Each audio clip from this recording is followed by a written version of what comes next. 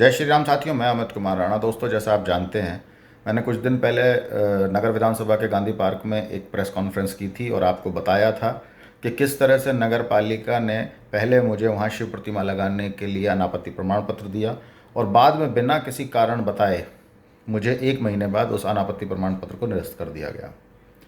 दोस्तों, अब तक तो मैं आपको सिर्फ नॉर्मल तरीके से शिव प्रतिमा क्यों नहीं लगाने दी गई या क्या विषय है वो बताया, लेकिन इसके पीछे एक बहुत बड़ी साजिश थी जिस पर मैंने अब तक बात नहीं की थी।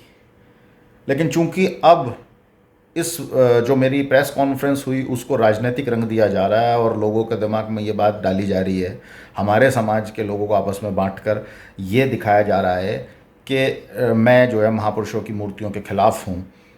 तो मैं असल में आज आपके सामने पूरी बात, इसके पीछे साजिश क्या थी, वो रखना चाहता हूँ। मैं आपको बताना चाहता हूँ कि ये कोई छोटा मोटा विषय नहीं था। शिव प्रतिमा को कैंसिल ऐसे ही नहीं किया गया, इसके पीछे एक बहुत बड़ी साजिश थी।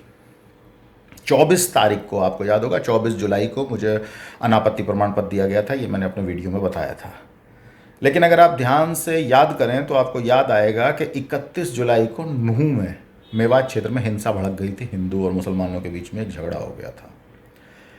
उसके बाद 7 अगस्त तक वो हिंसा चलती रही, कर्फ्यू लगे रहे, झगड़े चलते रहे और धीरे धीरे फिर वो समाप्त हुए। जब 7 अगस्त को वो थोड़े ठंडे पड़ गए तो उस वक्त मेरे पास राम अवतार जी का फ़ोन आया और राम अवतार जी ने मुझसे कहा कि जो शिव प्रतिमा आप लगाने वाले थे, अब आप उसे मत लगाइए, उस पर ऑब्जेक्शन आया है। आप समय की गंभीरता को समझिए दोस्तों। उसी वक्त इन्होंने शिव प्रतिमा को रोकने का निर्णय लिया ताकि जो दंगे जो रुक गए हैं उसकी जो आंच मेवात क्षेत्र में है वो नगर विधानसभा में भी आ जाए और वहाँ जो भाईचारा हिंदू मुसलमानों का है वो पूर्ण रूप से बिगड़ जाए।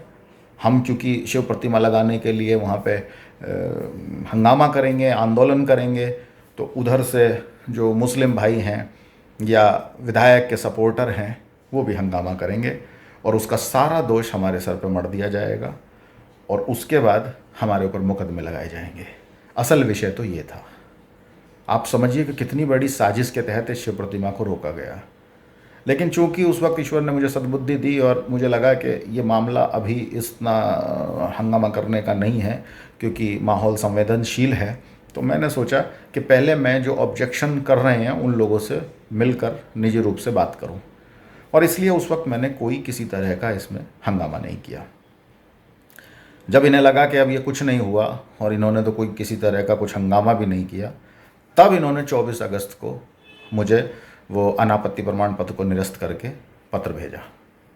अब आप सोचिए कि अगर इन्हें निरस्त करना था या कोई ऑब्जेक्शन था तो ये 4 दिन बाद भी कर सकते थे, लेकिन पहले इन्होंने हमें फ़ोन किया कि आप वहाँ पे मूर्ति मत लगाइए और बाद में जब कुछ नहीं हुआ, कोई हंगामा हमने नहीं किया, तो इन्होंने अनापत्ति प्रमाण पत्र को निरस्त करते हुए दूसरा पत्र भेजा।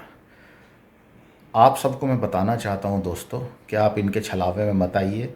ये हमारे समाज को फिर से बांटना चाहते हैं और इसलिए उस विषय को भटका रहे हैं। मूर्ति के विषय को भटकाकर ये आप लोगों के सामने इस विषय को रख रहे हैं कि मैं महापुरुषों की मूर्ति लगाने के खिलाफ हूँ, जबकि ऐसा नहीं है। मैंने पहले भी बयान जारी करके कहा और फिर से कह रहा हूँ, अगर मुझे मौका मिलेगा और प्रशासन की इजाज़त मिलेगी तो मैं महापुरुषों की मूर्तियाँ खुद अपने खर्चे से लगवाऊँगा। महात्मा ज्योतिराव फूले, माता सावित्रीबाई फूले, डॉक्टर भीमराव अंबेडकर और ऐसे जितने भी महापुरुष, सुभाष चंद्र बोस, चंद्रशेखर आज़ाद, भगत सिंह, सबकी मूर्तियां लगवाने को मैं तैयार हूँ। बस प्रशासन मुझे इजाज़त दे और आप लोग मेरा साथ दें और इस विषय को जितना हो सके शेयर करें कि इसके पीछे कितनी गहरी साजिश थी, ताकि लोगों को पता चल सके कि ये सब साजिश के तहत हुआ। ये कोई भाईचारे को यहाँ रहने नहीं देना चाहते नगर विधानसभा में और आप लोग इनकी बातों में आकर आपस में बंटवारा ना करें। अगर इस बार आप बट गए तो फिर 5 साल तक आपके क्षेत्र में वही होगा जो पिछले 5 साल हुआ, भ्रष्टाचार का तांडव। जय हिंद, जय भारत।